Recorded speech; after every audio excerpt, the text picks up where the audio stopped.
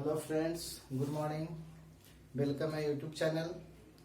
मैं Anuj Agarwal climax competitive class Imamganj में आपका हार्दिक स्वागत करता हूं। मैं आज आप लोग के सामने फिजिक्स लेकर आया हूं। फिजिक्स में टॉपिक है रेस्ट एंड मोशन, विराम और गति। एक वीडियो मैंने विराम और गति के दे चुका हूं, आप लोग प्लेलिस्ट में जाकर देख सकते हैं। उस क्लास में मैंने बताया था विराम क्या है, गति किसे कहते हैं, विस्थापन क्या है, दूरी क्या है, त्वरण क्या है, और त्वरण पर एक नॉमरिकल्स को मैंने बताया था। आज मैं रेस्ट एंड मोशन का सेकेंड क्लास लेकर आया हूँ। सेकेंड क्लास में हम लोग को जो पढ़ना है नॉमरिकल के बेस्ड से बहुत ही इम्पोर्टेंट है। अगर आप लोग कॉम्पिटिटिव एग्जाम में नॉमरिकल सोल्व करना चाहते हैं तो आप ये टॉपिक को पढ़ना बहुत जरूरी है, क्योंकि ये टॉपिक में सिर्फ आपका नॉमरिकल से ही रिलेटेड कुछ बेसिक कॉन्सेप्ट है जो थियोरिकल काम देगा आप लोग के। जैसे चलते हैं क्लास पे, क्या कह रहा है। जैसे यहाँ चर्चा जो कर रहा है गति का समीकरण, गति के समीकरण से आप लोग अवगत होंगे, क्योंकि ये आपको 9th क्लास से ही पढ़ने के लिए मिल रहा होगा। इससे नॉमरिकल्स रेलवे ड्राइवर, टेक्नीशियन और ग्रुप डी लेवल तक पूछे जाते हैं। जैसे कह रहा है गति का समीकरण, तो गति का समीकरण में हम लोग 3 फार्मूला को लिखे हैं। v बराबर u प्लस ए टी, ये त्वरण का जो सूत्र होता है a बराबर v माइनस यू बटा टी, यानी वेग में परिवर्तन के दर को त्वरण कहते हैं। v आपका अंतिम चाल होता है, u आपका प्रारंभिक चाल होता है, t आपका समय होता है। तो यहाँ से ये फार्मूला को प्रूव किया गया है। फिर एक फार्मूला होता है s बराबर U T plus half A T square. एक फार्मूला और है v स्क्वायर बराबर यू स्क्वायर प्लस 2as। तो यहाँ बताया गया है कि v क्या है, u क्या है, a क्या है। जो बच्चा अभी मतलब सीख रहे हैं उसके लिए बहुत फायदा करेगा। ये क्लास 9th क्लास के बच्चा जो पढ़ रहा है या 12th 11th का जो बच्चा है उन लोग को भी फायदा करेगा। जैसे आपका u क्या है तो प्रारंभिक चाल है, v क्या है तो अंतिम चाल है, a क्या है आपका त्वरण है, s क्या है दूरी है, t क्या है समय है। अगर d रहता तो क्या होता, विस्थापन होता। अगर गुरुत्वीय त्वरण का चर्चा कहीं आता है, गुरुत्वीय त्वरण का चर्चा कहीं अगर आ जाता है तो जहां आपका a बैठा है फार्मूला में वहां आपको स्मॉल g बैठाना है, जहां s बैठा है वहां h बैठाना है, बस। बाकी सब फार्मूला एकदम गति का समीकरण जैसा है। जैसे देखिए v बराबर u प्लस जी टी, आपका a था यहाँ g हो गया, बस अलग से कुछ याद नहीं करना है। h बराबर U T plus half G T square, g यहाँ a था तो यहाँ जी टी स्क्वायर हो गया, यहाँ s था तो यहाँ आपका क्या हो गया, h हो गया।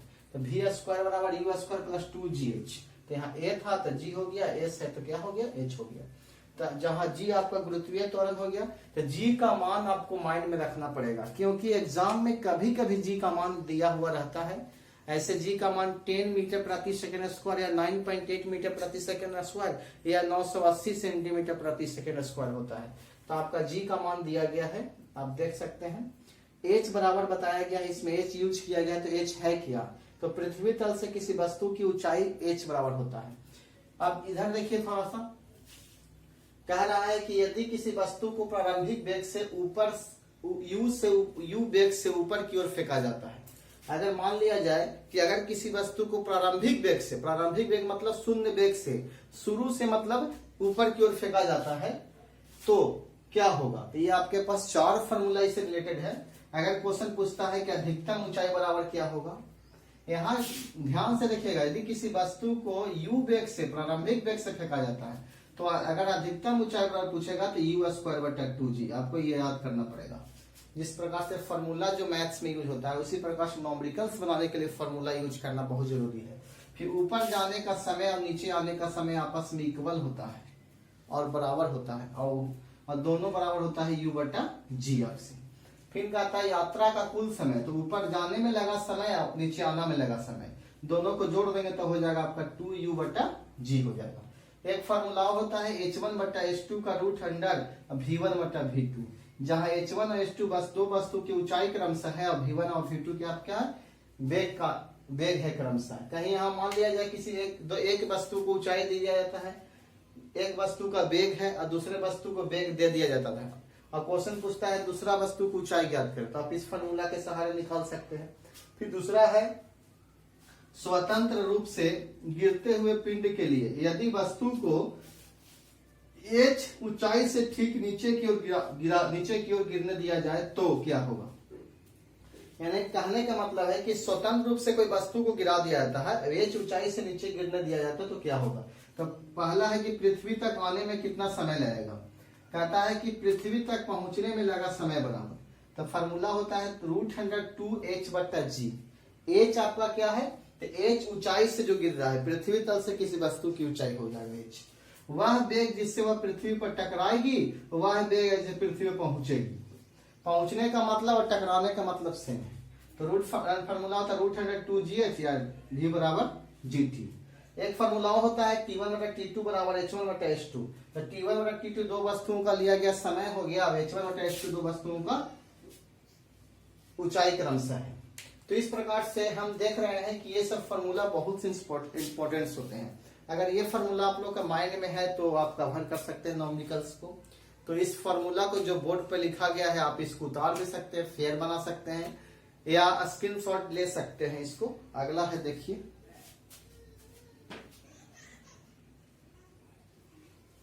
नेक्स्ट इस प्रकार से है, कहता है नोट में कि गुरुत्वाकर्षण के प्रभाव में गति की स्थिति में यदि एक वस्तु को ऊर्ध्व गिराया जाए, एक वस्तु को ऊर्ध्व गिराया जाए, ऊर्ध्व के मतलब वर्टिकल गिराया जाए और एक अन्य वस्तु को क्षैतिज दिशा में प्रक्षेपित करे, तब धरातल पर दोनों जो होता है एक ही समय पर पहुंचेंगे परंतु उसकी चाल अलग अलग होगी। ये आपका जो नोट में पॉइंट दिया गया है ये ऑब्जेक्टिव बेस से बहुत ही इंपॉर्टेंट है। यहाँ से ऑब्जेक्टिव आपको निकाल सकता है और निकाला ही जाता है। जैसे मान लिया जाए आपके पास दो वस्तु है, एक वस्तु को आपको वर्टिकल गिरा रहा है और एक वस्तु को हॉरिजॉन्टल गिरा रहा है। यानी वर्टिकल मतलब खड़ा गिरा रहा है और हॉरिजॉन्टल मतलब पड़ा गिरा रहा है। तो दोनों वस्तु एक ही समय पे बोलता है कि दोनों वस्तु धरातल पर दोनों एक ही समय पर पहुंचेंगे लेकिन दोनों की चाल अलग अलग होगी। यहाँ से ऑब्जेक्टिव उठा सकता है एग्जाम, इसलिए आप लोग इसको माइंड में रखिएगा। आगे बोला जाता है वृत्तीय गति होता क्या है, सर्कुलर मोशन। वृत्तीय गति, तो सर्कुलर मोशन जो होता है अर्थात आप सोचिए सर्कुलर के मतलब होता है वृत्त। तो जब कोई वस्तु वृत्तीय पथ पर गमन करती है तो उसे वृत्तीय गति कहते हैं। जब कोई वस्तु वृत्ताकार पथ पर गति करती है तो वह उसकी गति जो होती है से वृत्तीय गति कहलाती है। तो कहता है कि वृत्तीय गति जो होती है से त्वरित गति होती है। वृत्तीय गति जो होता है से त्वरित गति होती है, एक समान त्वरण से आगे बढ़ते रहता है तथा त्वरण की दिशा सदैव केंद्र की ओर होती है। अगर कोई वृत्ताकार पथ पर गमन कर रहा है तो उसका हमेशा जो होता है ये हमेशा त्वरित करते रहता है, लेकिन इसका जो त्वरण के जो दिशा जो होता है वृत्त के केंद्र की ओर होता है। आप देखते होंगे जब साइकिल, यहाँ से क्वेश्चन ऑब्जेक्टिव उठाता है, जब साइकिल चलाते वक्त आदमी जब मोड़ लेता है तो केंद्र की ओर झुक जाता है। यहाँ से क्वेश्चन उठाता है एग्जाम में। जैसे उपग्रह की गति जो होती है से त्वरित गति होती है। एग्जाम्पल पूछ सकता है कि उपग्रह की गति निम्नलिखित में से किसकी गति है, त्वरित गति है। उसके बाद आता है कोणीय वेग, एंगुलर वेलोसिटी क्या होता है। तो कोणीय विस्थापन की दर को कोणीय वेग कहते हैं। अर्थात वेग और फॉर्मूला हम लोग जानने करते हैं कि विस्थापन बटा समय होता है, तो विस्थापन की दर को कोणीय वेग कहते हैं। इसे प्रायः ओमेगा द्वारा सूचित किया जाता है। सिंबल है ओमेगा। इसका एसआई मात्रक रेडियन प्रति सेकेंड होता है। इस चीज को माइंड में रखिएगा, इसका एसआई मात्रक बहुत इंपॉर्टेंट है। कोणीय वेग का एसआई मात्रक क्या होता है, ऐसे सिंपली वेग का जो एसआई मात्रक होता है मीटर प्रति सेकेंड होता है। कोणीय वेग का एसआई मात्रक रेडियन प्रति सेकेंड होता है। अब आता है कोणीय वेग का फॉर्मूला होता है कोणीय विस्थापन बटा समय, अर्थात ओमेगा बराबर थीटा बटा टी। एक आता है कोणीय त्वरण। तो कोणीय त्वरण जो हो जाएगा, वेग में परिवर्तन की दर को त्वरण कहा जाता है।